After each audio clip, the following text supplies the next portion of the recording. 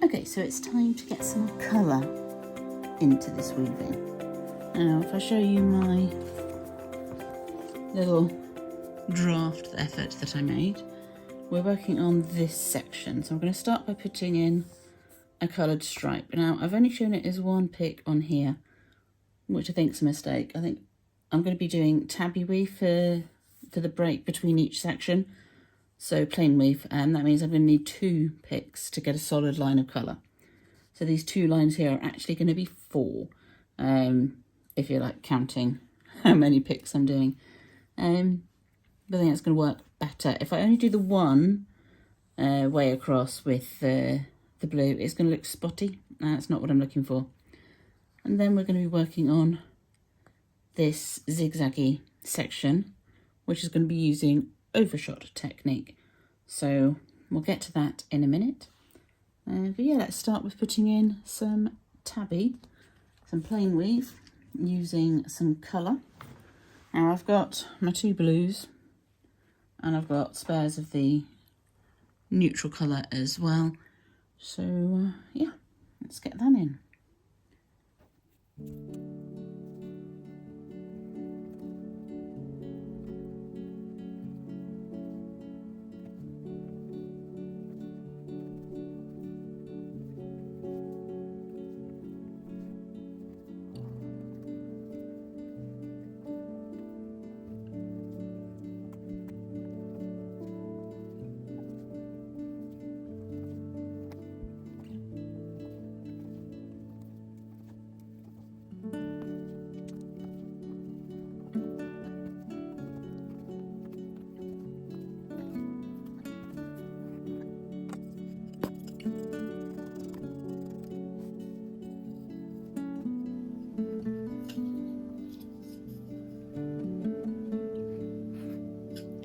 Just spotted an error quite close to the beginning, to where I went over 2 instead of 1.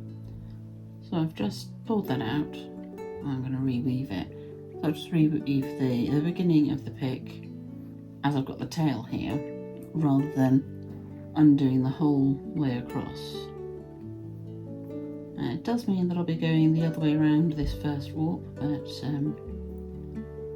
not bothered by that.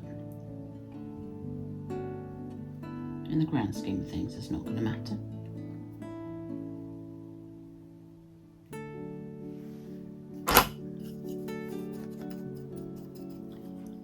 And then come back the other way. So going over where I went under and under where I went over.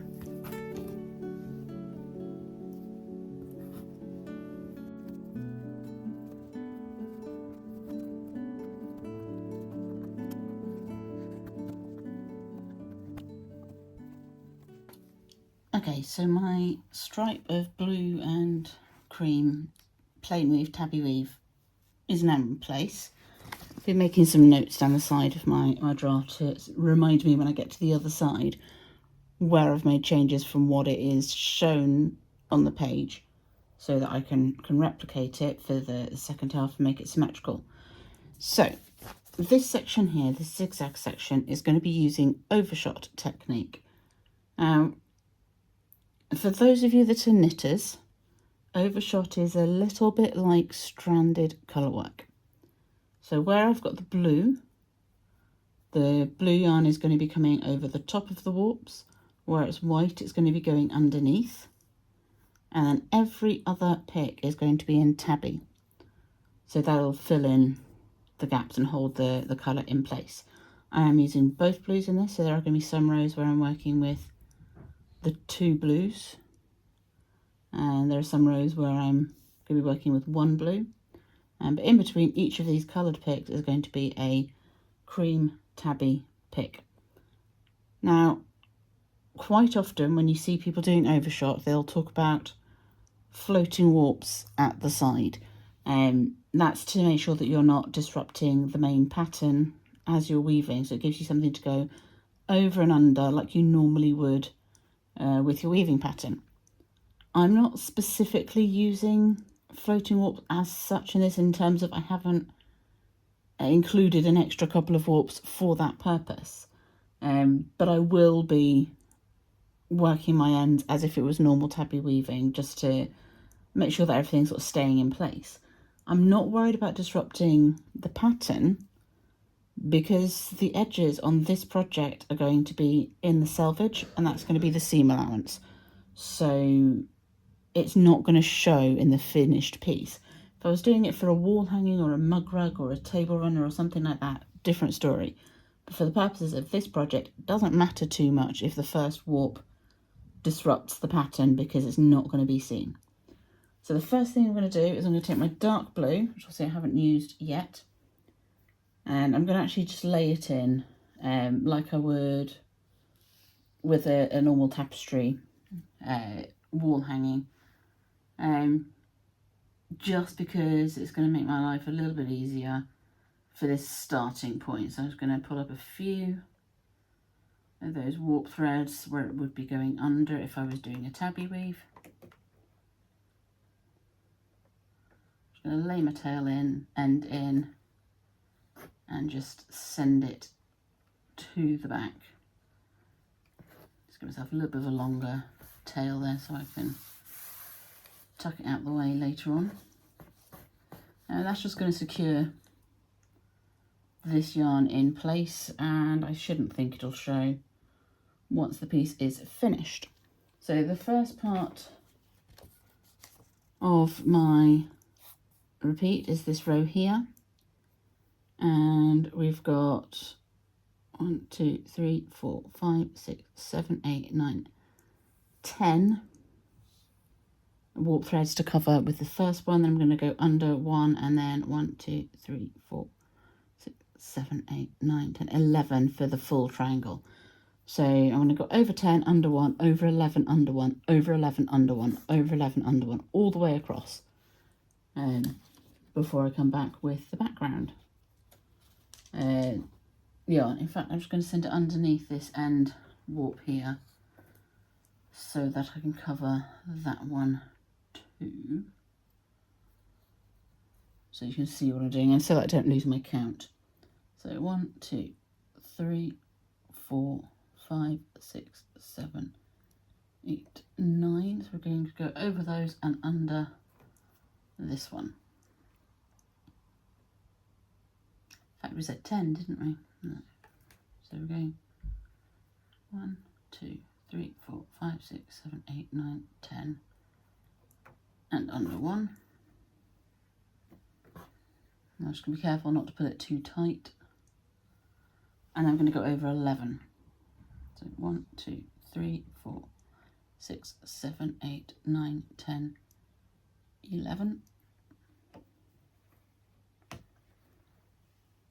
And I'm going to do that all the way across.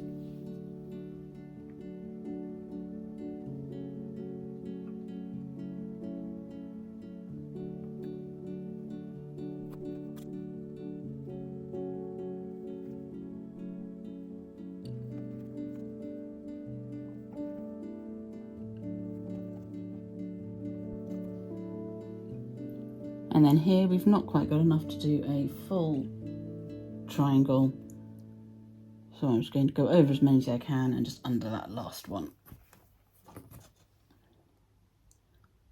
I haven't worried about centering this particular band onto the warp, because the two rows of triangles, the top triangles and the bottom triangles, are offset, so it'll look balanced in the end. So now that I've got that pick in, we'll just remember where I've put my weaving comb, and we'll just beat that down. So it's already covering where we started and laid in that yarn at that end.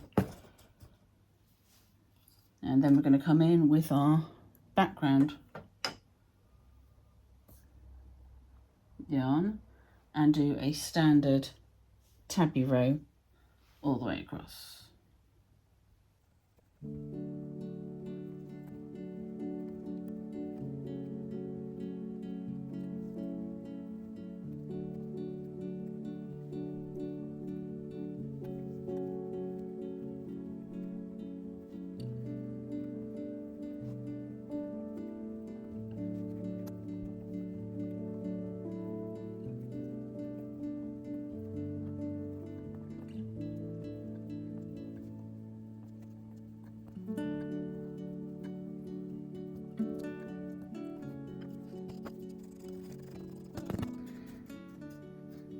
Okay, so hopefully you can see that the tabby is sinking down underneath behind these floats of colour that are coming across the top. This is why I kind of think of it a little bit like stranded colour work, 'cause you've got these floats going on.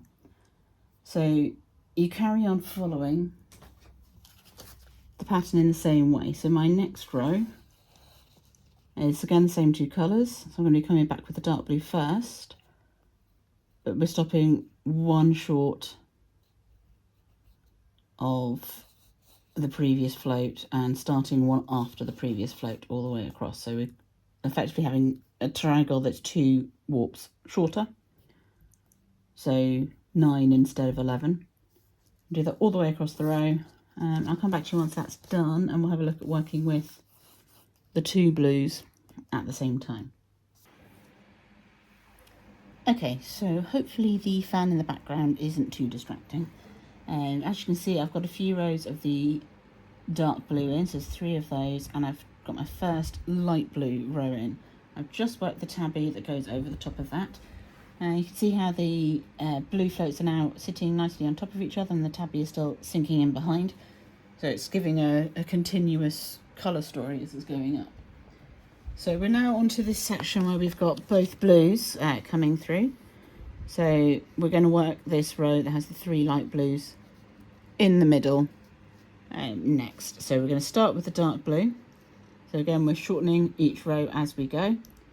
So dark blue, then we're going to do the light blue, then we're going to do the tabby. Everything is on this end at the moment, although I have run out of the background yarn in that butterfly, so I'll be adding in a new one in a moment.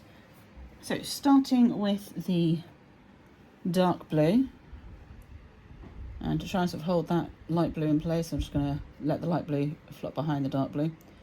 We're supposed to be going over, which makes sense because it went under last time, but I am going to just wrap it around this end warp just to hold it in place, and for no other reason than that. So we now are going to go under this section of warp threads so that we are leaving enough for the 3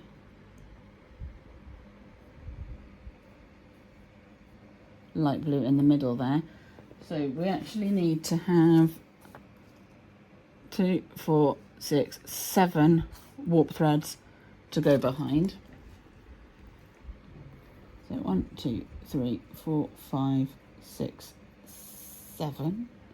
Just going to double count that. 1, 2, 3, 4, 5, 6, 7. So we're going to go behind those and work our way across in the dark blue.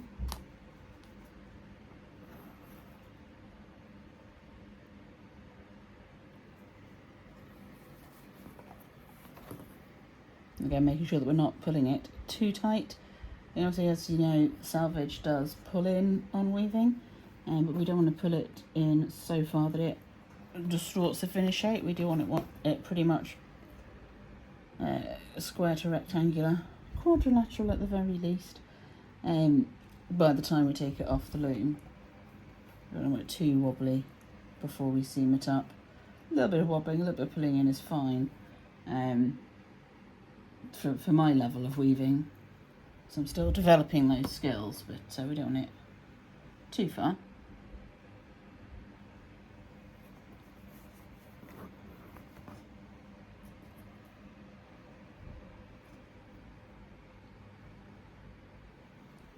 So almost all the way across with this dark blue.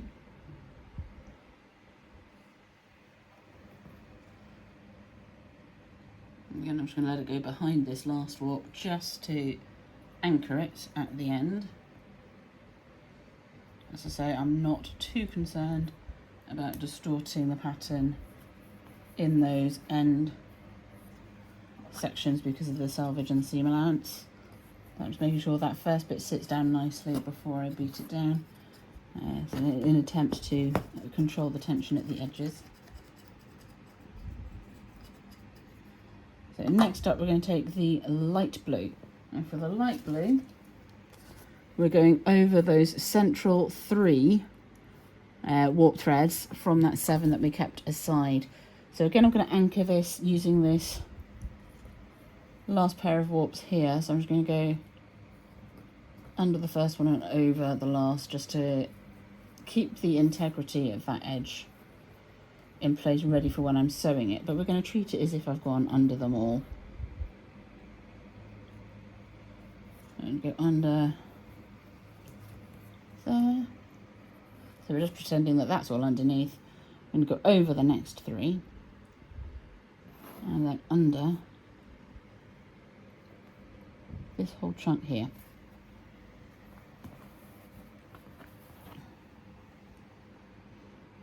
Over 3. And under the next chunk. So we're going to end up with some of the cream between the 2 blues.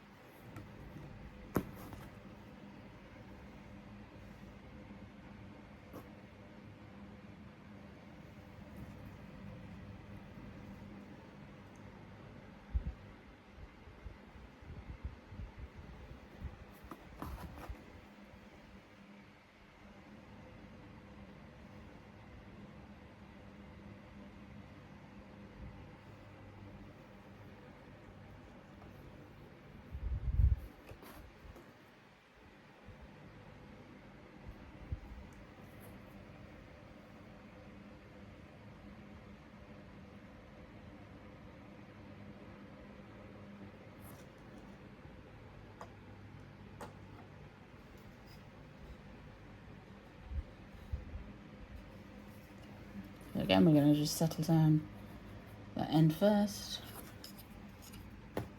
and beat along the length of that pick. Then we're going to add a new butterfly to work the next row of tabby. The last row of tabby ended on an under, so we're going to start with an over. But I am just going to lay in this very tail end again just to secure it as we weave. Literally just laying it under the very end of the warp, so inside that seam allowance. And we're going to work our way back with the row of tabby and continue in the same manner until that whole section is completed. So I'll come back to you in a bit when we've got a few more rows in. We can see how this section of the pattern is shaping up.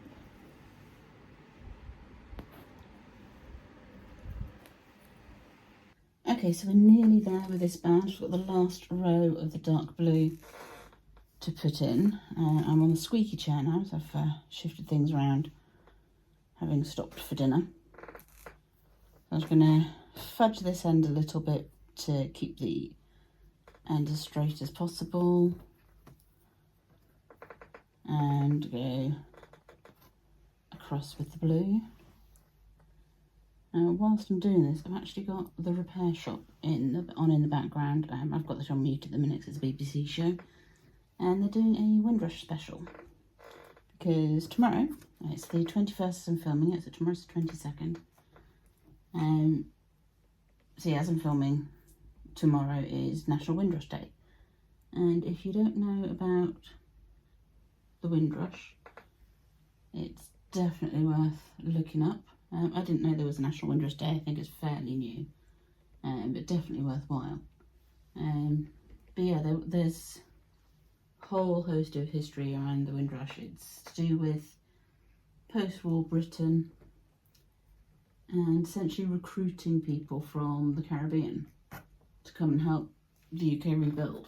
A few years ago there was a bit of a scandal. Some of the documentation hadn't been done correctly by the government, as far as I can tell, and people were getting deported and losing houses and stuff because they didn't have the documentation to prove they were British, when they had essentially been told that they did when they came over. So yeah, it's a massive scandal about that. So yeah, definitely worth looking up some information about the Windrush if you're not familiar with it. So it's made a massive difference to this country in terms of just sort of getting back on our feet post-war. So yeah, great that was a day for it. Okay, so that's the last row of the colouring for the Overshot for this stripe. So I'm going to do the tabby weaving that goes across the top to finish that off, and then I'll put in another stripe of the light blue. So it'll be 2 rows of cream tabby, 2 rows of the light blue, and then I'll do another 2 rows of the cream, and we'll be ready for the next section. So I'll get that done and I'll show you what the finished stripe looks like.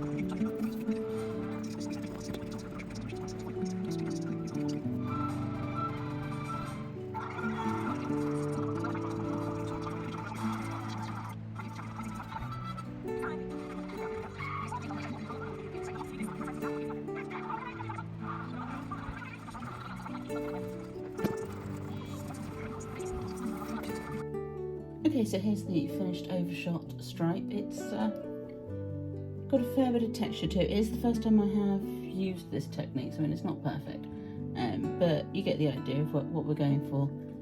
It does create this sort of raised texture on top of the fabric, which is quite nice, so that's going to work really well in the finished product.